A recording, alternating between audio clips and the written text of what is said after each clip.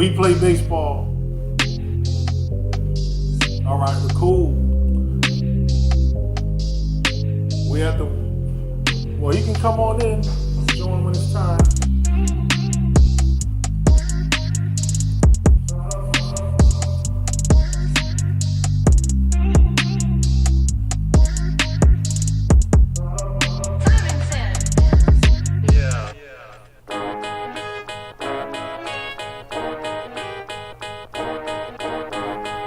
We at the 1 minute mark, sir.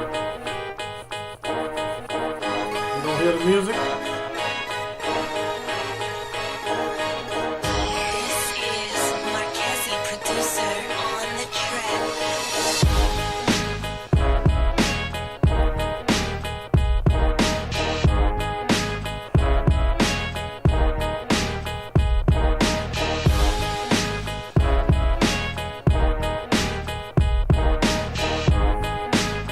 We had 30 seconds trying to bring you the hottest baseball podcast in the country. Okay.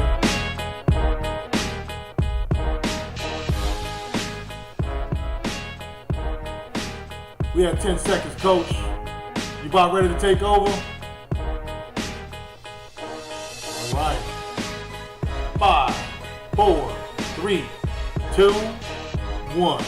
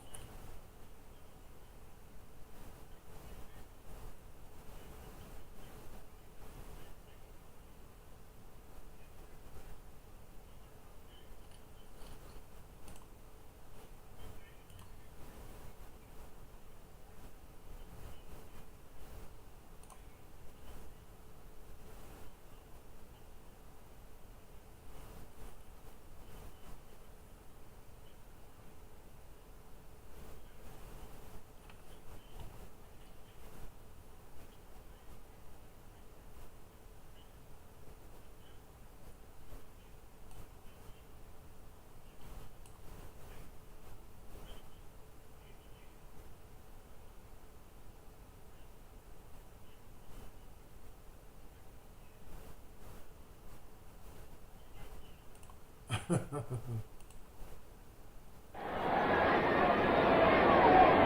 Yankees go on the road and won't be back until Memorial Day. May the 30th, doubleheader against the Minnesota Twins. First game at 1. Here's the payoff pitch. It's a hit! There it goes! It's out of here!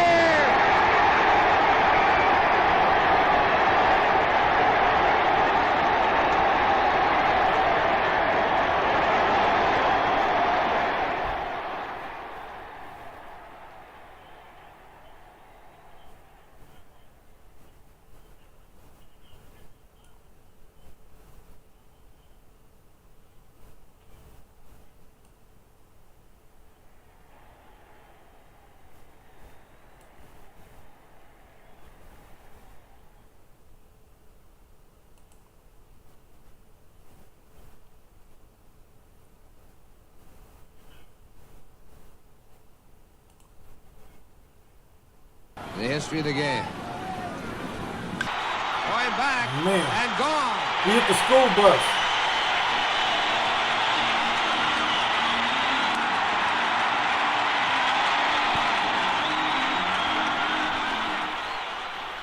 Willie Mays with his first home run of the year and his first as a New York Met. A high fastball. He lines it over the left field fence.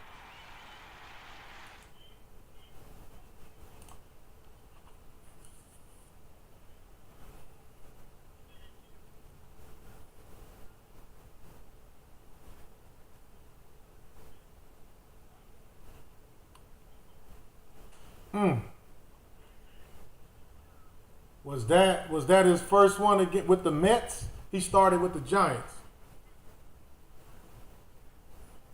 Yeah.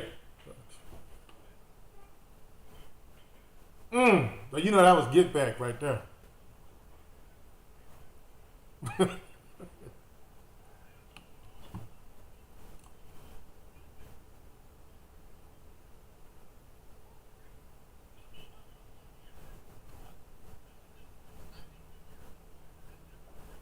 You ain't lying.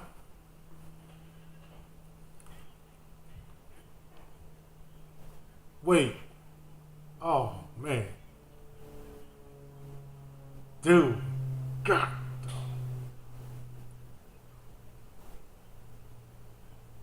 Okay. Dang.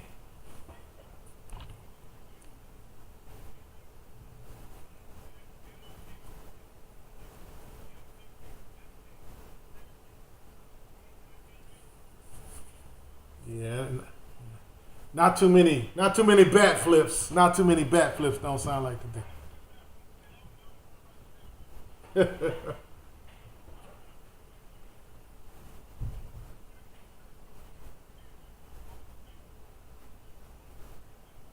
Crazy. Yeah.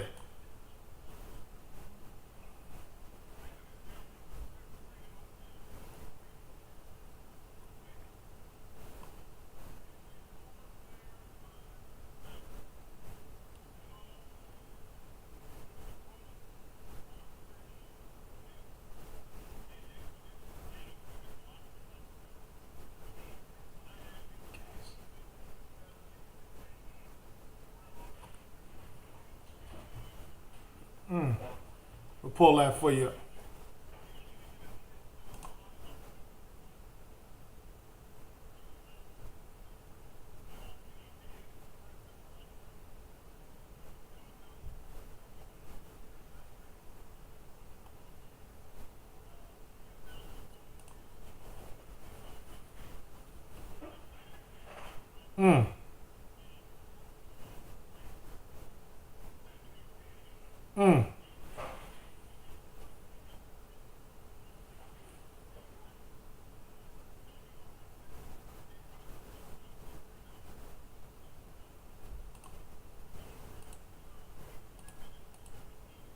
You know what? I do.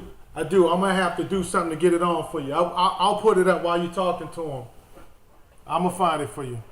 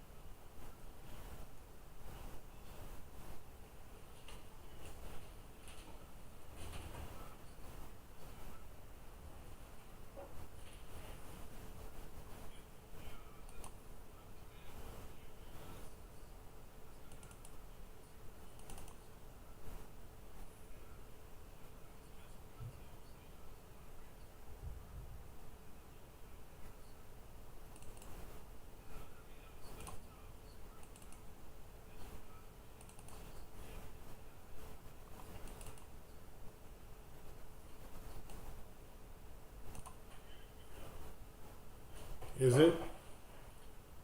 You know what? The OBS looks like it's on the red. It's going in and out. I'll fix it. I'll get you cracking here. I apologize. Okay.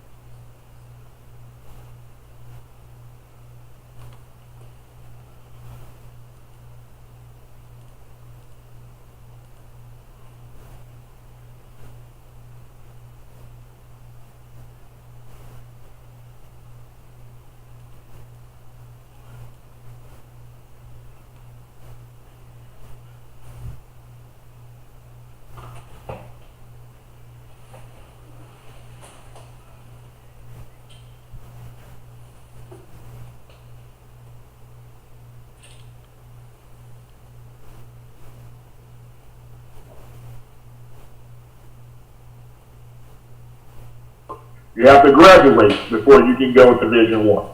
He had high enough ACT scores, really well ACT scores, I might add, that you were able to transition without having to play that extra year at your bowl and graduate. So, here right now, you made the decision to make that leap. You're at Auburn. Tell us about that experience. It was awesome. It's SEC baseball, and it's what I always dreamed of. And Coach Thompson was awesome, and then Coach Steve Smith. He was there with us in the fall, and he taught me a ton. He's a great pitching coach, and then he decided to go on and be the head coach of Tennessee Tech. So then we got Coach Tim Hudson. He came in, and having a guy like that with all of the the things that he's been through. Yeah, I'll tell you one thing, man.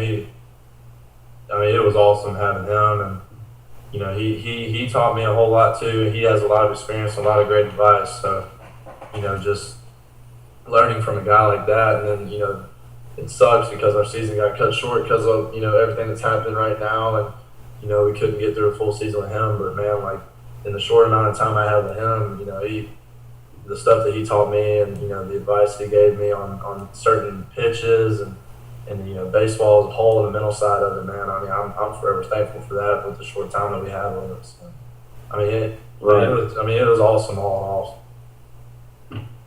Gotcha. Hold on one thing, guys. See, they still saying we're having difficulties with the sound. We're good now. We missed what y'all are saying, is what they're telling me. That's why I'm glad. We're good now. We're good now. I'm hearing it on Facebook now. Good now. I apologize, gentlemen. Okay. Karen, I think we're back up and running. If you can hear me, Carl, I know you said you can hear it earlier too. If you guys can hear me for sure, give me a thumbs up, clap hands, do something so we'll know. I'm good. Go ahead, Carl. I'm good. Oh, Arthur, go. You got questions? Yeah. Go. No, I'm good. Just real quick, just to give you a break and Drew can shift gears a little bit.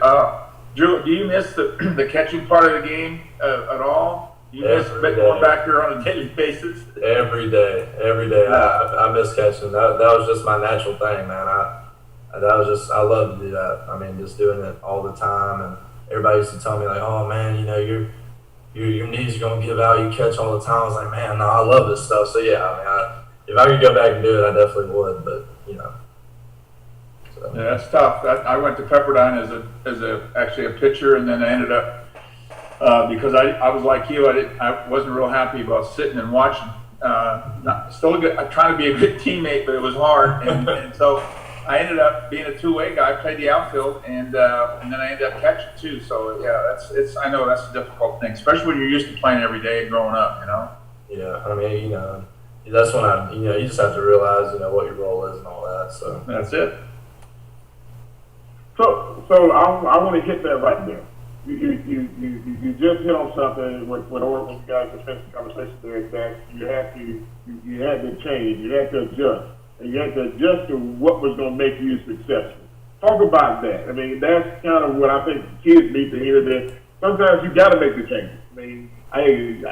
People started out, Carl, you were a shortstop, right? And in order to get to where you were, you ended up moving from shortstop to catcher because the tools moved you to that. And so, Drew, from your standpoint, again, guys, to say this too, if you have questions, text 334-249-2290 or tweet me or tweet us at WePlayBaseball 2. That's the number 2 at the end of WePlayBaseball 2. Okay? So tweet us, ask questions. We always take the questions and put them in the show. So, Drew, back to this. You made the transition.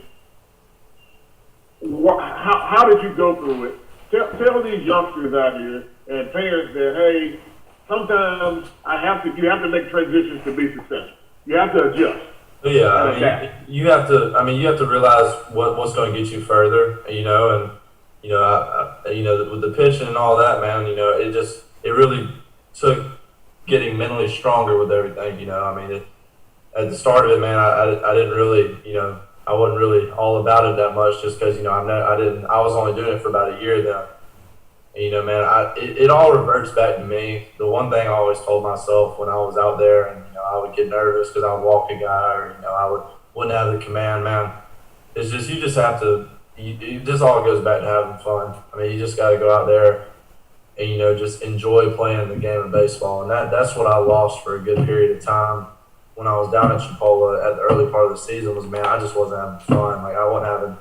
I needed to gain my confidence back, the mental side of the game, because that's the biggest part of the game for me is the mental side. So, what I would tell any kid or guy my age going through something like that, where it's something that they're not used to, you just have to realize that it's going to be struggles. It's going to be things that you don't like. It's going to be hard times. It's as simple as it is, and I mean, just pushing through, and there's always a light at the end of the tunnel. That's what I used to say. I mean, it's always going to get better. And, that was a prime example of me down there. So, Right. Carl, got anything there?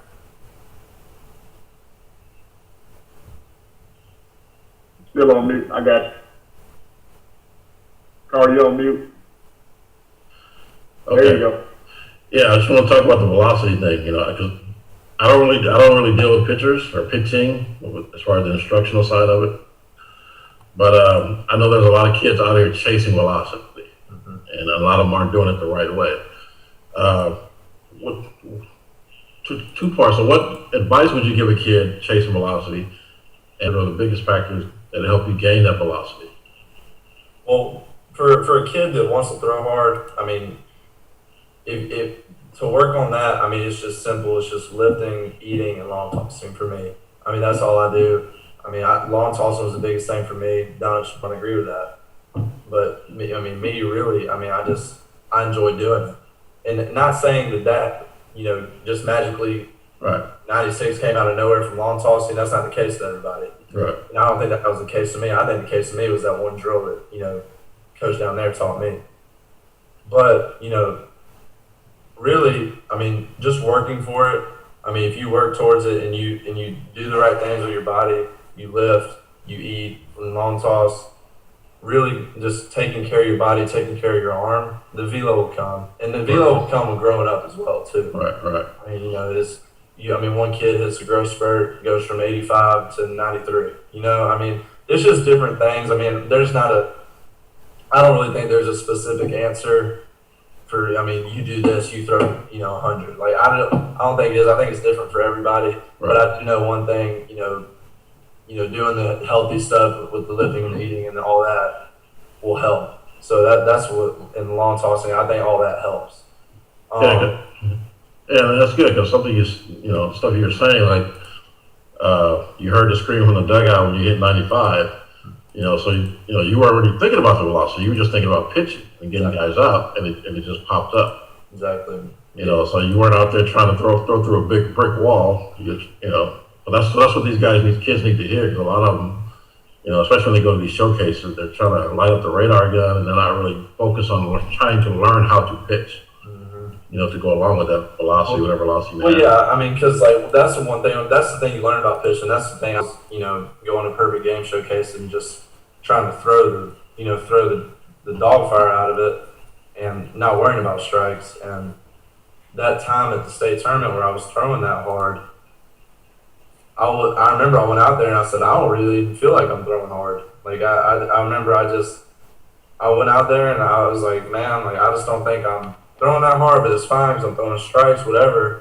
And then you realize you're throwing actually, 90, mid 90s, upper 90s. So, I think that's a big thing too, is don't try and throw hard, just worry about the strikes. And throwing strikes to me is more impressive than any of the guys out and getting batters out. So, well, you're talking to two catchers, so we definitely know. And that's how it goes. And then you talked about just trying to throw strikes, and it kind of reminds me of Nolan Ryan, because Nolan Ryan, I got a chance to face him, and he has such flawless mechanics, and that's all he was doing. He's just trying to let his mechanics work, and he's throwing 95 to 100 for 9 innings. Yeah, I've watched videos on him all the time. I watch videos on guys all the time, and I mean, you just see. I mean, he throws it. You don't even. I mean, it looks like he's throwing like 80. Yeah. How his mechanics are, and it's 95 plus, and I mean, it's just crazy. I mean, that's what I'm saying. Flawless mechanics, and not trying to throw hard, I think, are two big things in it. So That's good. Marvin needs to be on this show. Yeah, no, he did. I think just too, the mechanical part of it. Drew, I know you didn't get a lot of that because you were a catcher, but kids that want to be pitchers and that kind of start out as a youngster as a pitcher and become and progress as they go along.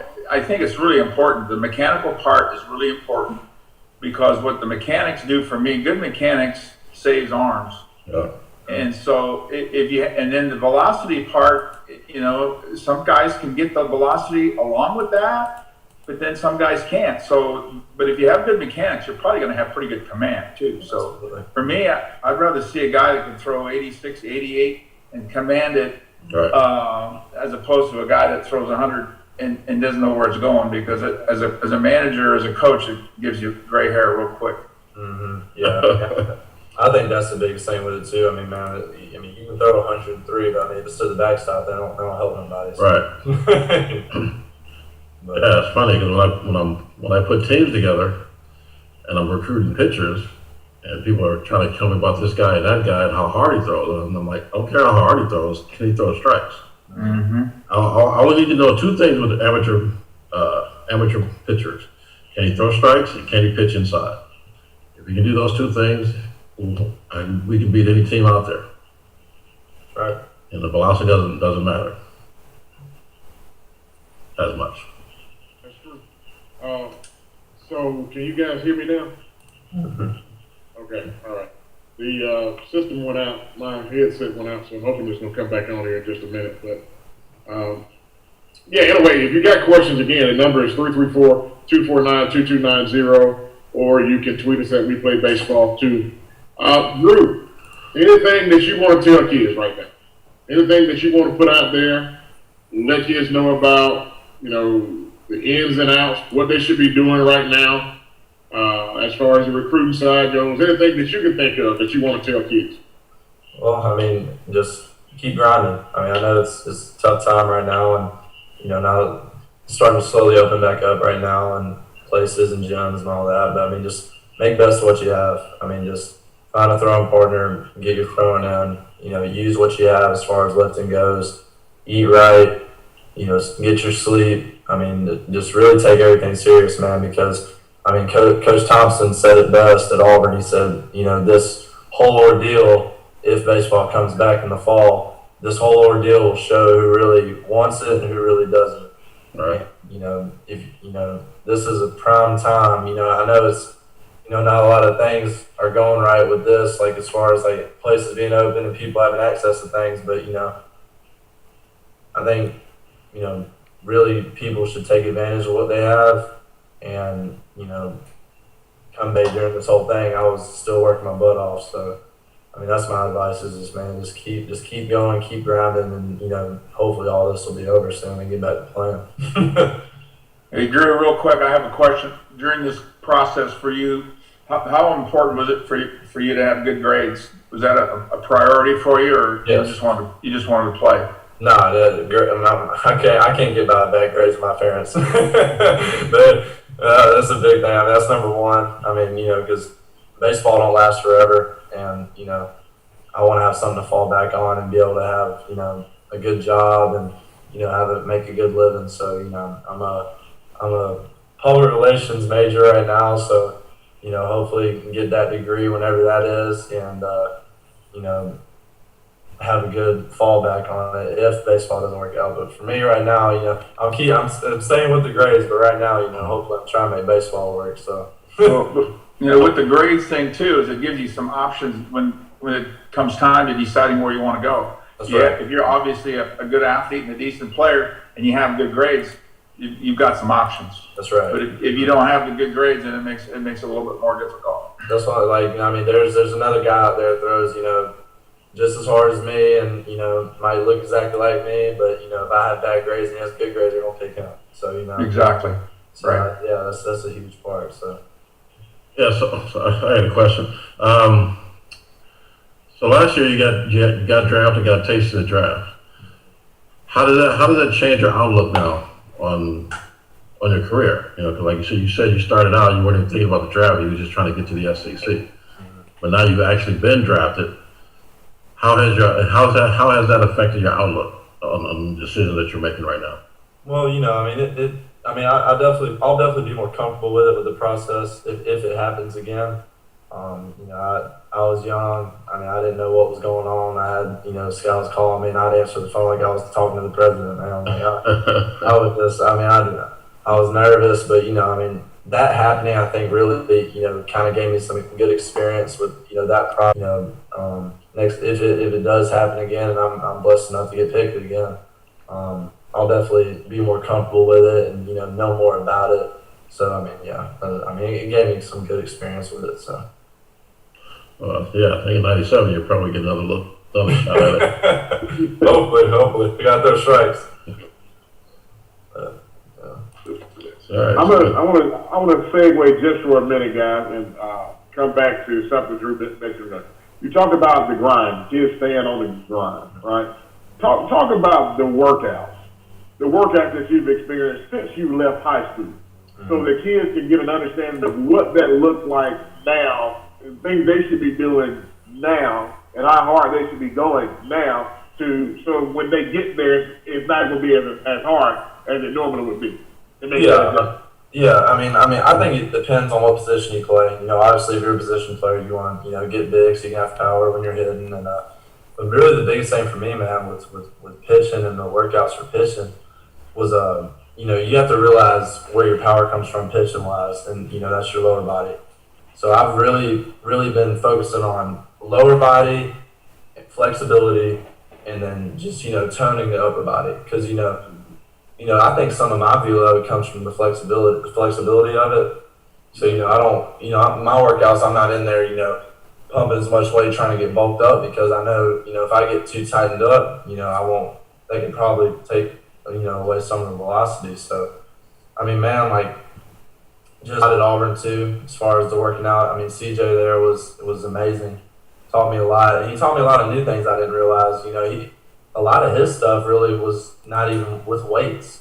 I mean, it's a lot of, you know, core, body weight, core stuff, and, you know, spine stuff. And, you know, at the beginning, I was like, man, what is this dude talking about? But, I mean, he worked with guys like Marcus Stroman and, you know, all those guys, and with the Blue Jays. And, you know, you start to do it, and you start to finally realize just how important knowing how your body moves and you know, knowing how to make certain movements, how important that is as far as, you know, when you're playing baseball. So, you know, man, I mean, it's just you learn as you go as far as like weightlifting, and, you know, I was kind of new to it, and, you know, just really just the lower body, the flexibility, and knowing how your body moves. I think that's the most important thing with it. Right. I guess. Hey, Drew, just real quick, I don't know, I hope you don't mind sharing this with us, but what would be kind of a typical day for you right now when you get out of the sack? Like, what would that include, if you don't mind sharing that with us? No. Well, like I said, I mean, I got it before the gym started opening back up here in Bama. You know, my old high school pitching coach, Coach Jim Brantley, he was fortunate enough. He taught our headmaster out there, and he let me come up there and use our gym, our full gym. So, you know, that's a big blessing for me during that time where everything was closed. But I mean, man, usual day for me. I mean, I'll wake up about 7:05 ish. I'll go and lift at about 7:30 in the morning. Then I have one of my teammates from Auburn. He came with me, and we would go up there and lift together, and then we would, you know, long toss after. And then, man, once I get home, I mean, you know, they're telling us to stay home. So, I mean, it's just eat, and that's it. I mean, because it's wake up, lift, eat, and then, you know, whatever else I want to do at home. So, I mean, it's kind of boring right now, but, you know, make do with what you got. So, good. It's good stuff. Yeah. Your man, it's been great having you on the show, man. I told you I was going to get you on here. And we're just going to segue just a little bit, and you can stay on. It's not a big deal. T, I might see. Let's you pop the slides up there. So I want to kind of transition and talk a little bit about what's going on out here at the collegiate level. See, what he has up on the screen now, guys, is the recruiting calendar that was originally designed or set for the 2019-2020 year. Obviously, all of this has changed because of COVID-19, right? So people have done the slide. All right, so this is basically, and I'm going to try to read this off my phone because that's hard for me to see. I'm getting old. But I think I need some glasses like Carl. Let's see here. All right, no, that's not it. Should have had this up already. It says NCAA extends recruiting dead period through June as coronavirus continues to leave college sports in limbo. So this is basically what it says. NCAA, for the second time in as many months, announced on Tuesday, is extending the recruiting dead period, pushing it out an additional month to June 30th. After it was set to expire at the end of May. The additional dead period was April 15th, before it was extended to April 1st, 6 weeks on April 1st. This is kind of a quote that's saying the Division I Council Coordination Committee extended the recruiting dead period through June 30th, said the NCAA in a statement. The committee will review the dead period date on May 27th and could extend the dead period at that time. The decision is a direct response to the coronavirus pandemic that continues to affect the sports calendar and has halted play across the country. All right? Now, if you look to the left or to the right of that, you see the NJCAA, which is the National Junior College Athletic Association. And I'm going to pull that up now, and I'm going to read that so you understand that. In regards to COVID-19, the NJCAA, with support from the Board of Regents, has made the decision to lift the current in-person recruiting ban, effective 11:59 p.m. local time on Friday, May 15th. They say this is for all sports. With the dead period lifted from the national office, individual regions are permitted to implement rules and restrictions as necessary and in accordance with the state and local regulations. Otherwise, it is a college-by-college decision to enforce necessary rules regarding recruitment. So here we go. We got two very contrasting situations, right? The NCAA says no. The NJCAA, JUCO says yes, but it's according to the regulations and restrictions placed on each state, right? So here we are. There are several states. I know Georgia's getting ready to open up in 2 weeks ago for baseball. It was actually open now. It's open now. Georgia's open. I know Missouri is open. I'm not sure of the other states. I just know because we saw some things. Pete, were you able to pull up the Missouri deal? No. Get any video on it. Okay, so Pete pulled up on a deal in Missouri today, rather. He sent it yesterday, matter of fact. He sent the text about it yesterday. But they were literally playing. Everybody had masks on. Same thing like we saw in the KBO. And we talked about this on Friday. Drew, here's a question for you as a player. Knowing right now, like here in Alabama, we just got information from the White House as well as new information on yesterday that the rates in Alabama, or especially here in Montgomery, right, have spiked 109% since we reopened. Would you take the risk as a player right now of going out to play? Man, I mean, I've talked about this a lot with numerous people, and I mean, I think baseball in itself is already social distancing. I mean, to me, you see everybody on the field. I mean, we're about 100 feet apart from everybody, and I think as far as crowds go, I mean, man, I think with the MLB, I think they could start off bringing it back, and maybe start off by letting 5,000 in at one time and spreading them out, and then if it gets better, 10,000, then maybe 50,000.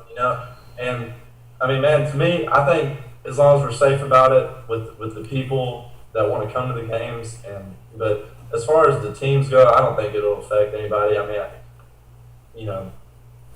I think that we should just take precautionary measures with the crowds and, even the players as well. I mean, if somebody comes down with the virus on the team, we could go from there. But I mean, if everyone's healthy and they want to play, man, I say let them play. All right, so we got a player's view. Carl? Well, I don't play, so it's easy for me. So if I have to coach, I just do what I normally do, get everybody away from me. and I just give the sign, so. But everybody's got to make their own decision, do what they're comfortable with. I know Blake Snell from the Rays put out a tweet that, he wasn't taking a pay cut to risk his health or whatever. So I think at this point it's up to the individual. Yeah. Actually, I think I already had the corona right before the shutdown. I got sick and with the flu, which was a different flu than I've had before. So I think I'm immune. So I've already had it. So. David got to appreciate it. He says the Cape Cod League is canceled. Yeah, the Cape's canceled. There was one team in the Coastal League. One team in that league just canceled, dropped out for the season. I don't know if they're still going to have the rest of the teams are in because they had an outbreak in that city. Right. So then there's a Northwoods League and a couple of those leagues. They're still playing. So they're still planning on playing. And then that's the question for Drew. Were you planning on playing this summer anywhere? Yes, sir. I was supposed to go to the Cape. Well, okay. Yeah, I mean, in my opinion, I think they canceled it way too early. I really do. I mean, our coach, I was supposed to go to Brewster, and our coach sent us a message on the group meeting. He said that they were going to have a meeting on May 5th to discuss the further, Right. I think it was May 5th or May 15th, I can't remember, but to discuss what they were going to do. And man, about a week before the meeting, they just went ahead and canceled the whole thing. I just think they canceled it way too early for me. I feel like they should have just waited, saw how it got on. Because if MLB is planning on coming back, I don't see why the Cape Cod League couldn't have played. So I think the big thing with the college leagues, is the liabilities. What's different is the players are staying with the families.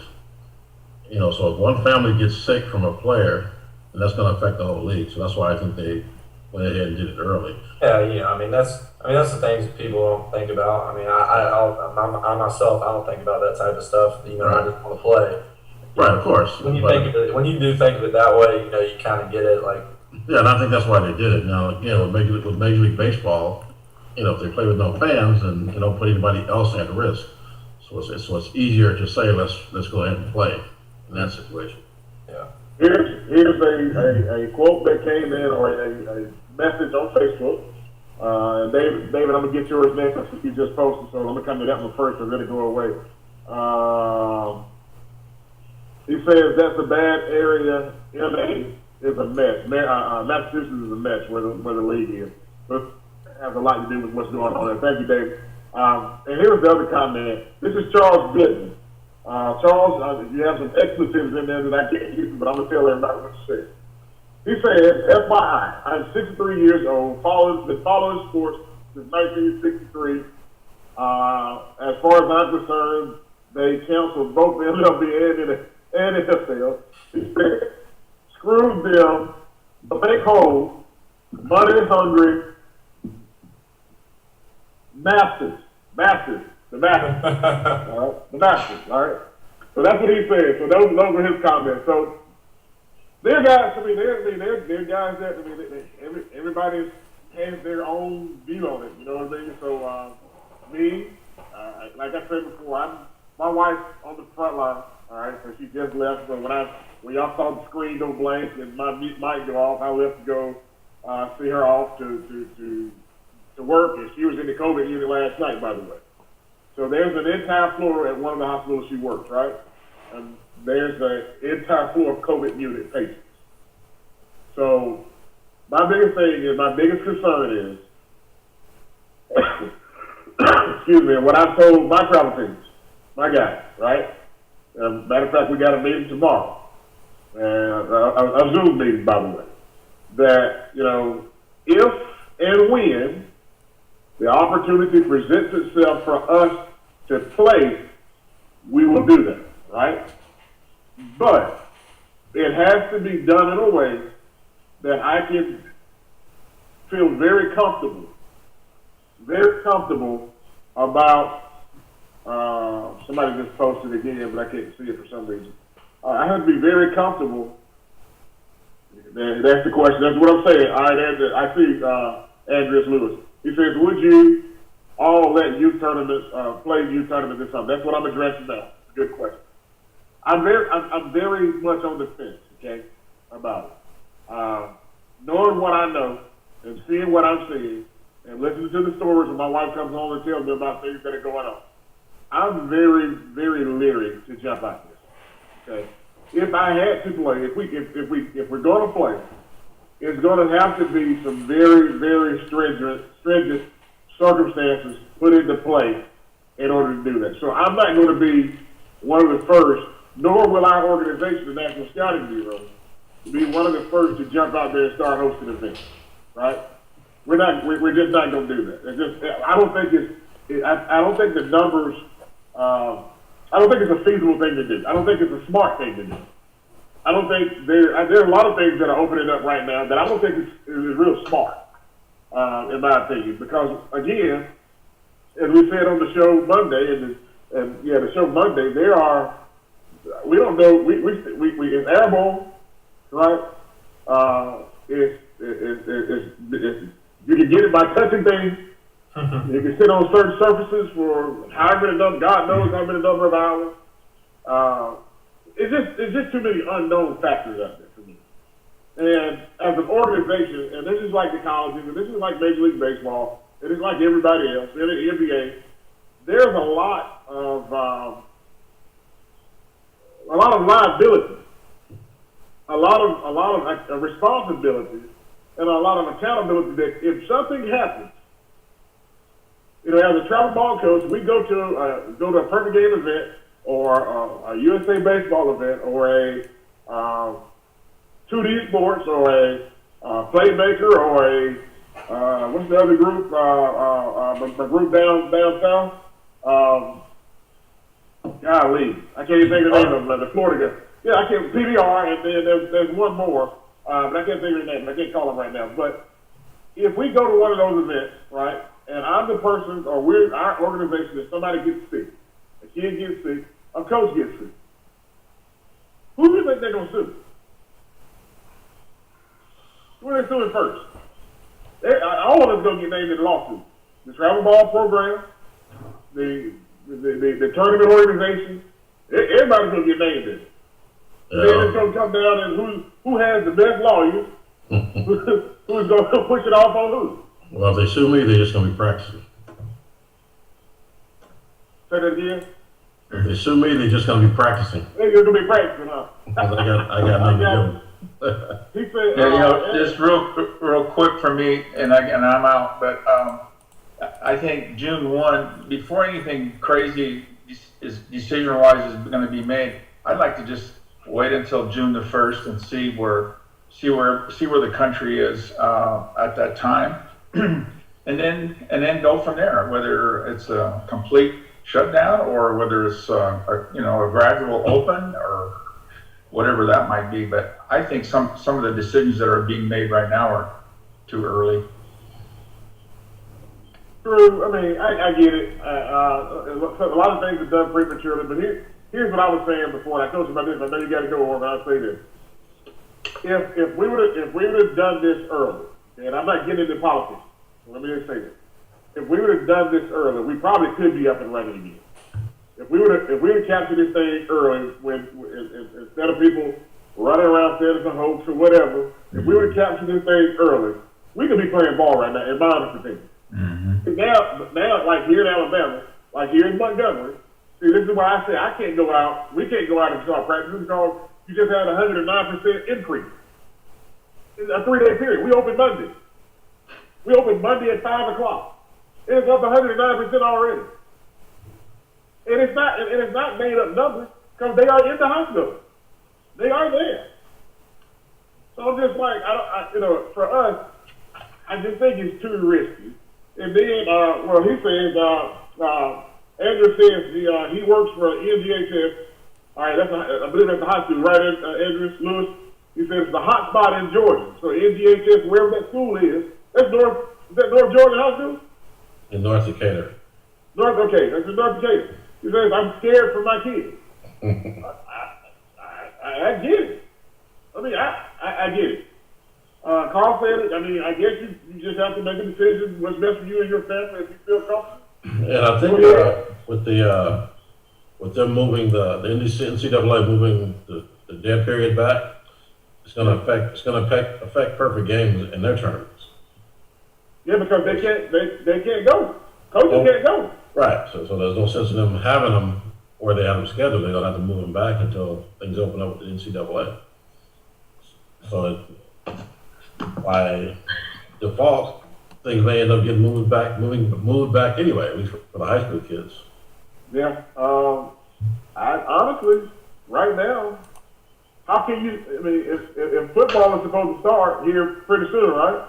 How's it going to start when you can't even go to recruit, you can't even practice yet? I'm out, Rob. All right, well, appreciate you, man. All right. Yeah. Andrew, he said something here again. He says, let's see here. He says yes. He says in Gainesville. He's in Gainesville. He says, yes, my kids got their call.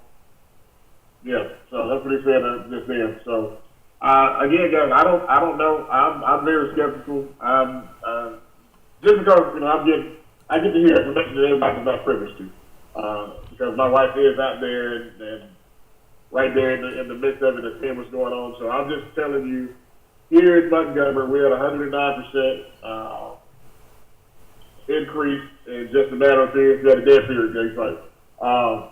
So I just don't know what we'll be able to do. What we will do, we will begin planning and planning properly.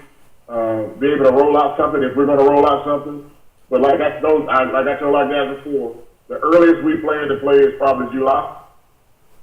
If we get the option to, if they open up where I feel comfortable and we put it out sure these kids are ready, that means they have to go through their training, they have to go through their conditioning, and basically a true preseason again to prepare. Then that's what we're going to do.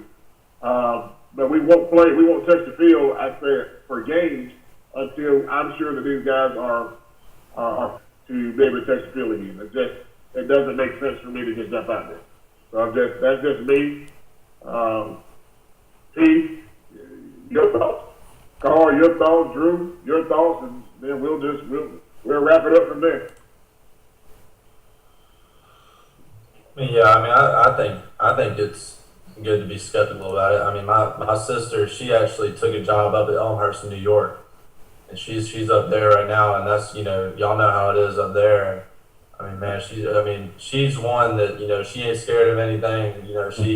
She don't believe in all the BS, but I mean, this is the first time I've ever heard her say, hey, this is real. This is, we really need to take this seriously. And, she said, you don't want to get it, and she said, so her saying that, hearing her say that, knowing how she is, I mean, man, I really agree with being, cautious about it, but I also agree with, not letting something that is out of the ordinary take control of other things.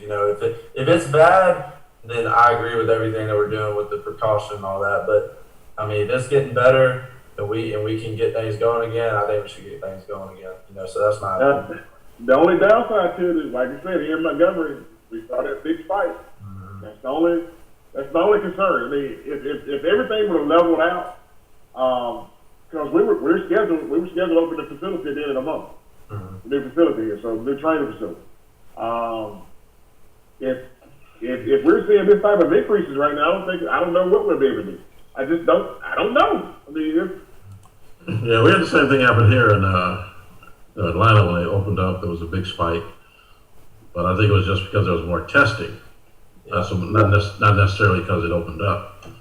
And since then, I haven't really heard anything, and I've been out running around, and traffic is almost back to normal. Yeah. So it's hard to, it's hard to get a read on it, really.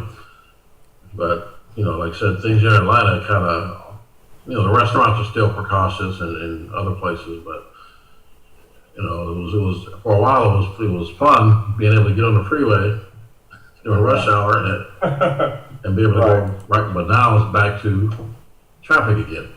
Yeah. So people are out in the streets, but I think they're being precautious because everybody has a mask, and like I said, the restaurants aren't at full capacity like they were before.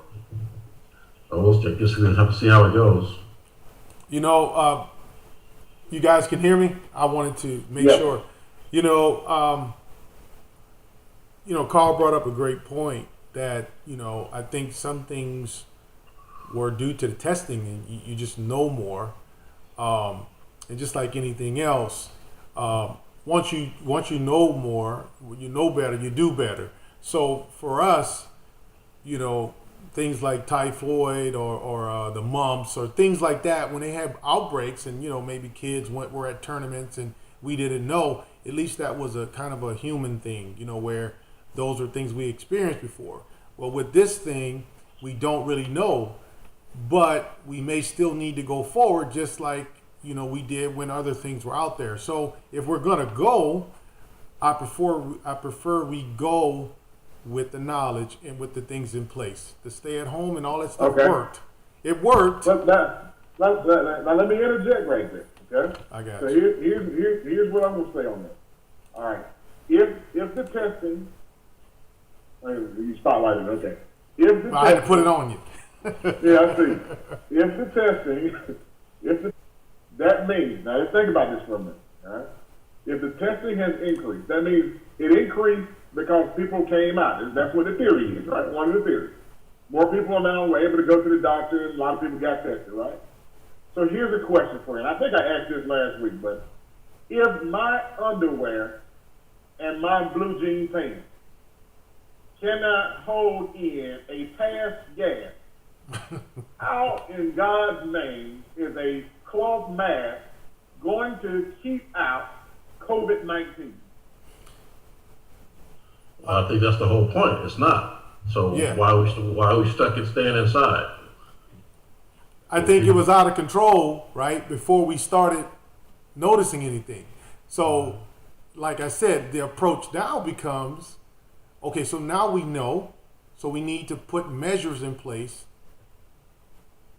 to maintain it or to fight it, because we don't have a vaccine. So you got to do something. Here's what me and my barber. I went to the barber. Oh, you see me? I almost got the Carl. I didn't go that far. That's a commitment. So one of the things that he talked about is when you go on quarantine. So y'all remember the movie Quarantine? Yeah, one of them. They did a 1 and a 2 on it, right? Okay. And they took the people who were sick and they put them inside of a place, right? And they kept them there. All right. We're saying right now that if a person goes on quarantine right now, they're sending them home to quarantine themselves. Mm-hmm. Hold on, I think you missed my point. They're sending them home to quote unquote quarantine themselves. Now, how hard-headed are you? You staying at home? I've been working throughout this whole thing every day. And that's why I'm telling you that it's different at work now. Every day I go in, I wipe my stuff down. I'm using alcohol and disinfectant wipes. I can guarantee you that we weren't, you know what? I don't never remember putting that on my hands. I never did. Yeah. So when I was with my older boy playing baseball, we went to the parks and we had no idea, we just was there. It's 100 degrees and you're just playing baseball. But now we know that something's there. And I think the reason they're shutting everything down so quick is because it's just the overreaction. Hey, Dre Lewis said people don't die. People gonna die anyway. It's just whether you want to put yourself in harm's way if you're at risk.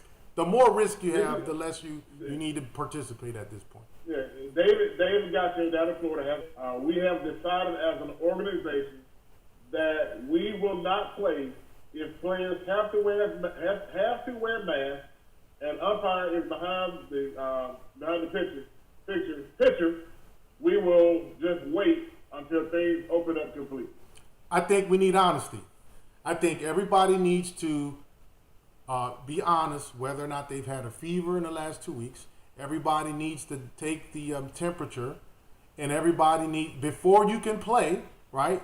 I mean, look, we're not going to stop trying to get outside. We're human beings. Ain't going to stop. Oh, I agree. I understand that. I'm just asking, is baseball right now that critical that we need to potentially sacrifice lives to play? What if you don't have games? You've been to those tournaments where a team may not have shown up or may not have had enough players. This is the same thing. And I'm saying we have to do things a couple weeks out.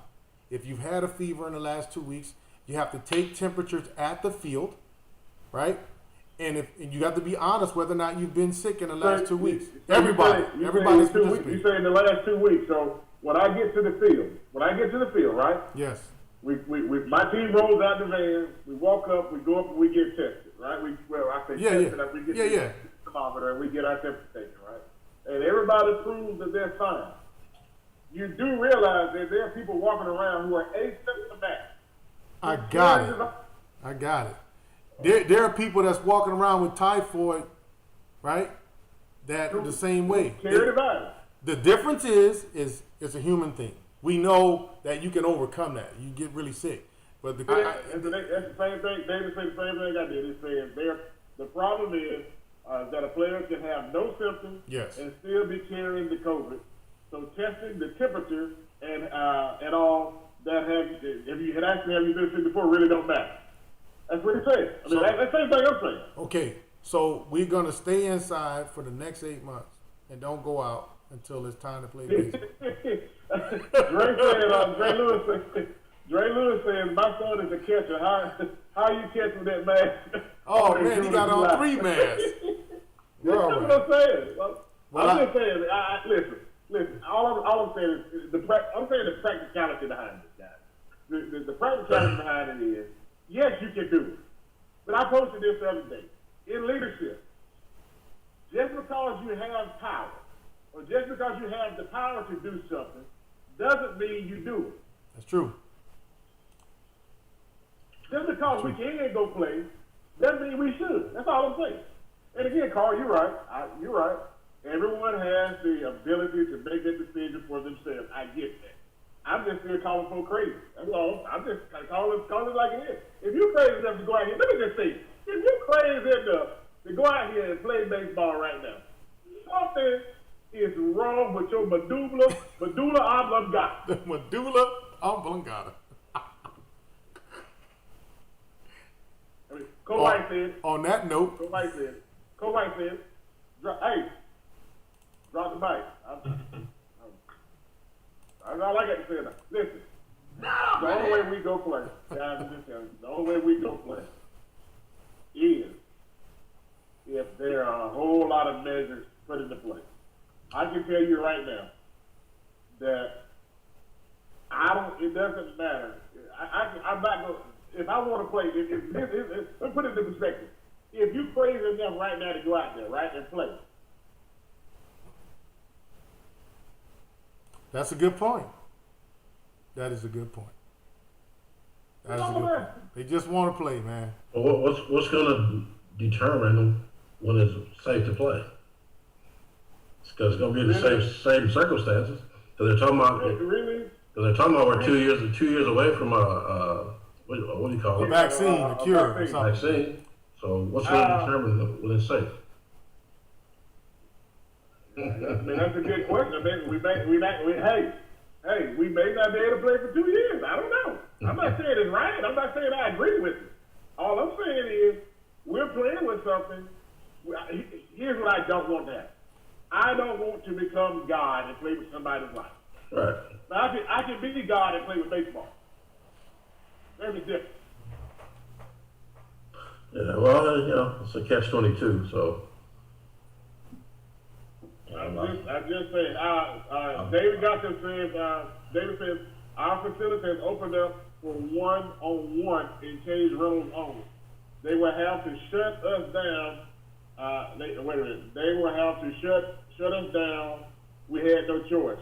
I'm on the same page with my feelings, or how can we have the kind of crowd at Walmart and a big box?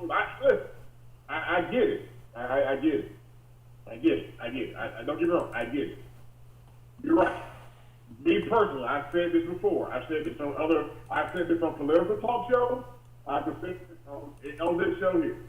I personally think everything should have been shut down from the beginning. There should have been no Walmart open. There should have been no Home Depot, Lowe's, or anybody else. Everything should have been shut down.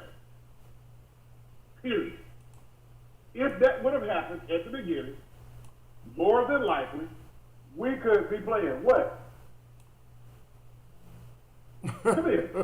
My child's at the window talking about she got my car. Y'all know she turned 16. Uh-oh. She just took my Genesis and went riding. We might have to end the show. The window like she want to go somewhere. So anyway.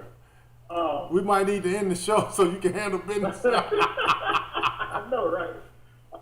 But yeah, so listen, all I'm saying is if we were shut down at the beginning, all these arguments, I get them, I understand, I empathize, I get it.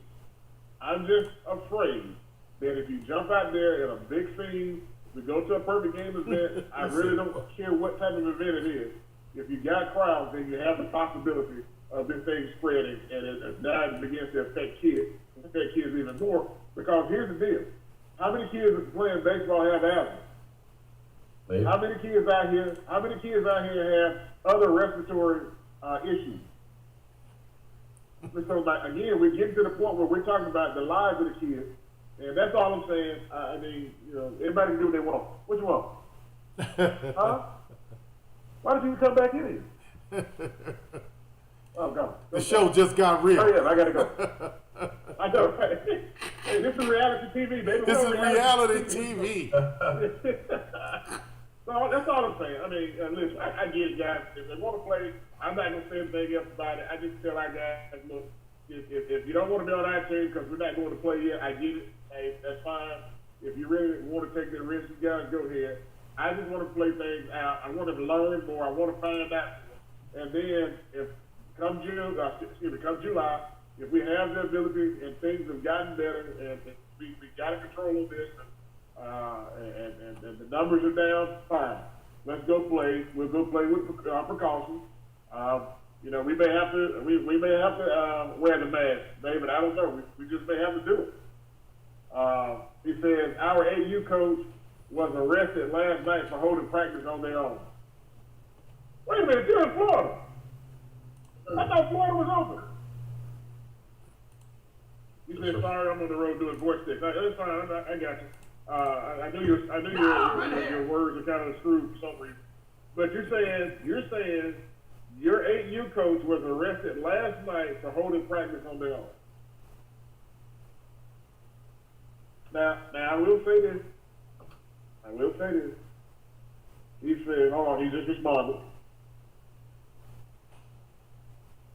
He said, yes, but not for groups. Yeah, but not for groups. He said something else.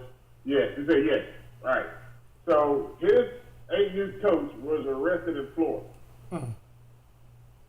for practice. Now, hear me out on this. I think that is an overreach of authority. You can tell me to get off the field, right? You can tell me, especially if it's a city park, you can tell me to get off the field. But arresting me is actually a violation of my constitutional right.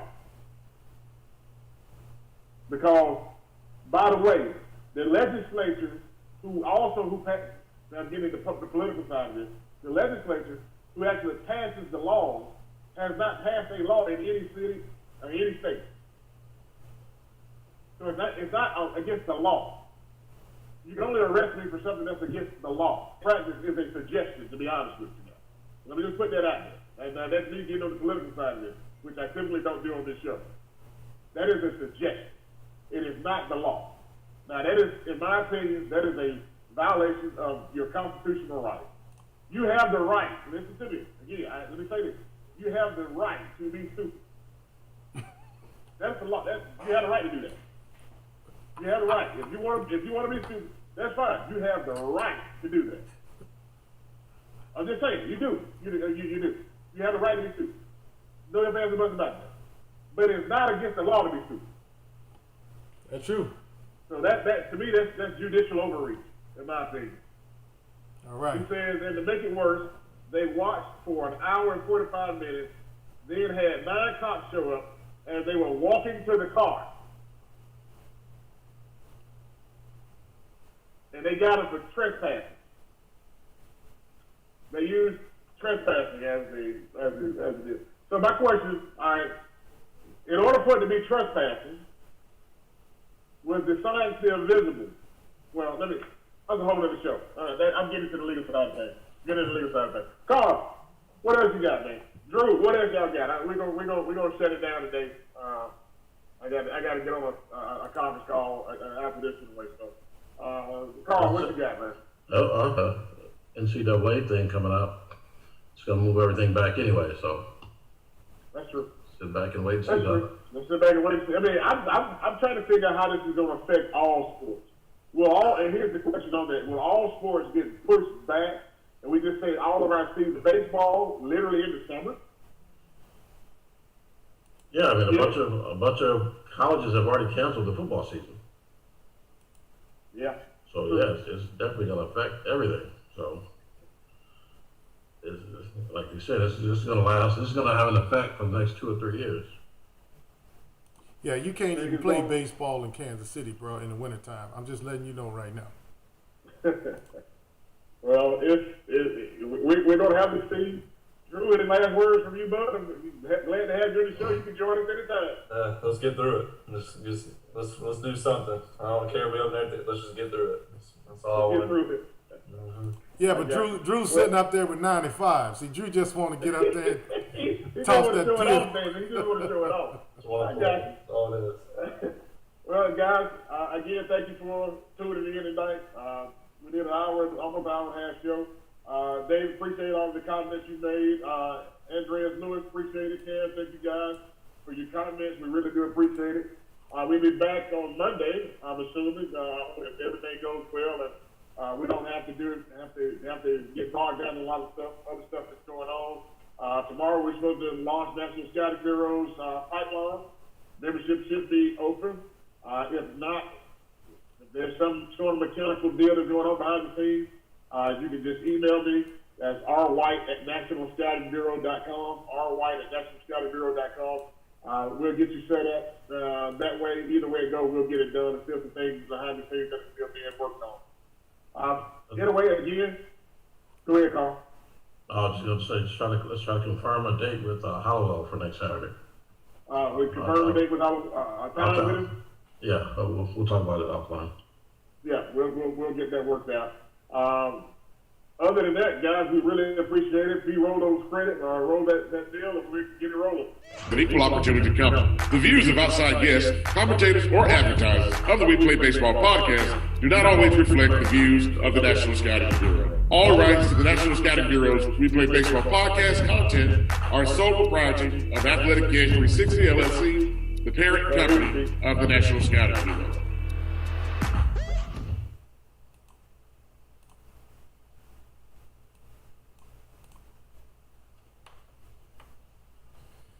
All right. Yeah, it's playing with the echo of the weekend.